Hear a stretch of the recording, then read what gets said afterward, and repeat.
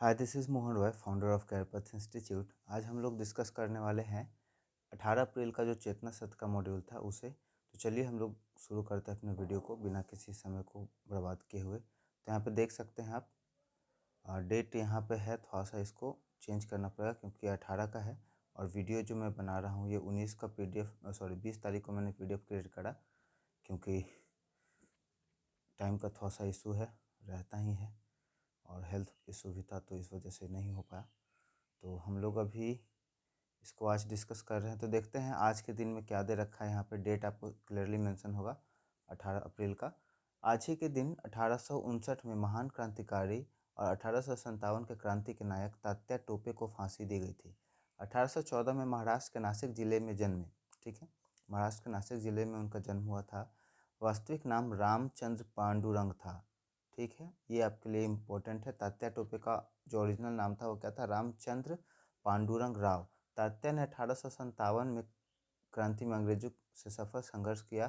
तात्या ने गुरिल्ला युद्ध की रणनीति अपनाई। गुरिल्ला युद्ध के बारे में थोड़ा सा आपको मैं बता दूं।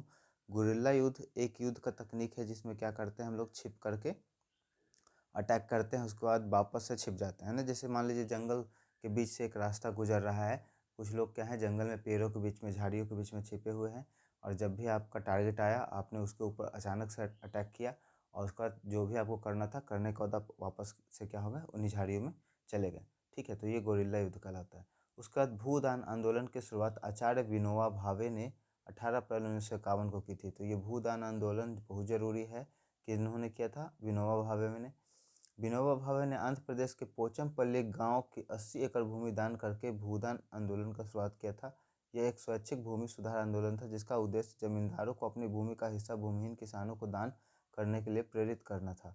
विश्व धरोहर दिवस, जिसे अंतर्राष्ट्रीय स्मारक एवं स्थल दिवस भी कहा जाता है, हर साल 18 अप्रैल को मनाया जाता है। इसका उद्देश्य सांस्कृतिक धरोहर और ऐतिहासिक स्थलों का संरक्षण के प्रति जागरूकता बढ़ाना है। इसे 1983 में यूनेस्को के द्वारा मनाई गई थी। आज का विचार का अगर बात करें तो फ्रांसिस बेकन ने कहा है, ज्ञान ही शक्ति है। उसके बाद जहाँ रास्ता ले जाए वहाँ मत जाओ, बल्कि वहाँ जाओ जहाँ कोई रास्ता नहीं है और अपने निशान छोड़ जाओ। सामान्य ज्ञान में हम लोग का है, पृथ्वी अपनी धुरी पर एक चक्कर लगाने में कितना समय लेता है? तो 24 घंटे उसे लगता है। भारत के दक्षिण में कौन सा महासागर स्थित है? हिंद महासागर स्थित है। ठीक है। रेशम के कीड़ों का वाणिज्यिक पालन क्या कहलाता है? सेरीकल्चर। वायुमंडल में सबसे निचली परत कौन सी है जहाँ मौसम संबंधी घटनाएं होती है? क्षोभमंडल, और इसको क्षोभमंडल, इसको ट्रोपोस्फेयर भी कहते हैं ना, ट्रोपोस्फेयर। ट्रोपोस्फेयर भी कहते हैं। प्रति किलोमीटर क्षेत्र में रहने वाले लोगों की संख्या क्या कहते हैं? जनसंख्या घनत्व। उसके बाद यहाँ पे रीजनिंग के क्वेश्चन है, देखिए। 44 से 1 घटा 43, 43 से 1 घटा 42, 42 से 1 घटेगा 41। ठीक है, इस तरह से हम लोग बनाएंगे, है ना।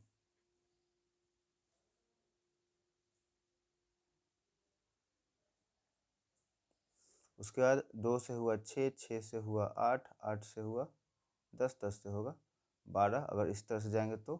और इसके बाद हम लोग का 4 से हो जाएगा 6, 6 से हो जाएगा 8। तो यहाँ पे 2 सीक्वेंस चल रहा है। तो इसी तरह से बाकी 3 आप देख करके कर लीजिएगा। उसके बाद इंग्लिश का कुछ वर्ड है। डियर का मतलब होता है प्रिय, महंगा। DEER मतलब हिरन। डाई का मतलब मरना, DYY मतलब रंगना। मीट का मतलब मांस, मीट मतलब मिलना। इडल मतलब बेकार, आइडल मतलब मूर्ति। नॉट मतलब गांठ, नॉट मतलब नहीं। लूज मतलब ढीला, लूज मतलब खोना। बेल लता पौधा, बैल एक जानवर। मेला त्योहार या बाजार। मेला मतलब गंदा। गृह मतलब घर, ग्रह मतलब ग्रह। बाहर, घर के बाहर, बाहर मतलब बसंत का मौसम। और, तथा, और, तरफ। यहाँ पे प्रेरक प्रसंग है।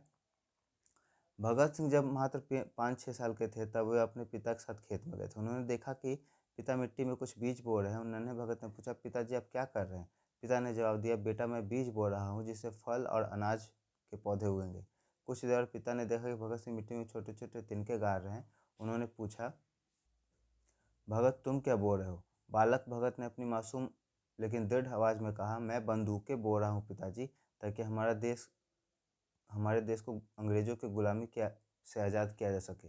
उस छोटी सी उम्र में उनके भीतर क्रांति का बीज अंकुरित हो चुका था। जब भगत सिंह जवान हुए उन्होंने अपने परिवार से उनकी शादी के लिए दबाव बनाना शुरू किया। उनकी दादी और माता पिता चाहते थे कि वे घर बसा ले, लेकिन भगत सिंह का दिल तो आज़ादी की दुल्हन के लिए धड़क रहा था। उन्होंने अपने पिता को एक पत्र लिखा और घर छोड़ दिया।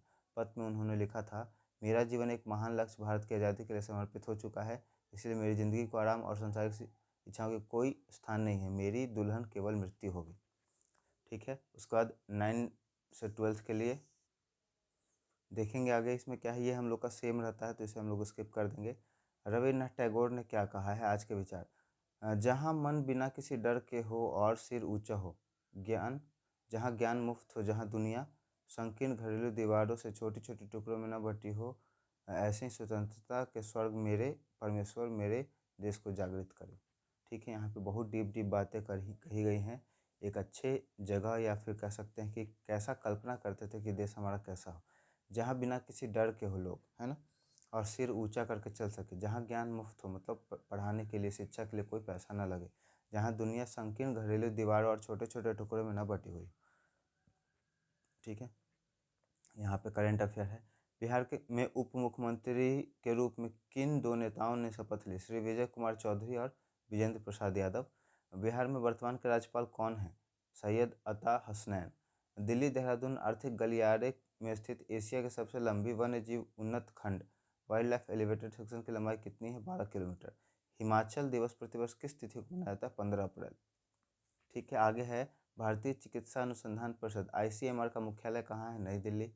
भाभा परमाणु अनुसंधान केंद्र कहाँ स्थित है। ट्राम्बे, मुंबई। उसके बाद विक्रम साराभाई अंतरिक्ष केंद्र कहाँ स्थित है। तिरुवनंतपुरम। उसके बाद भारतीय सांख्यिकी संस्थान ISI इंडियन स्टैटिकल इंस्टीट्यूशन के संस्थापक कौन थे।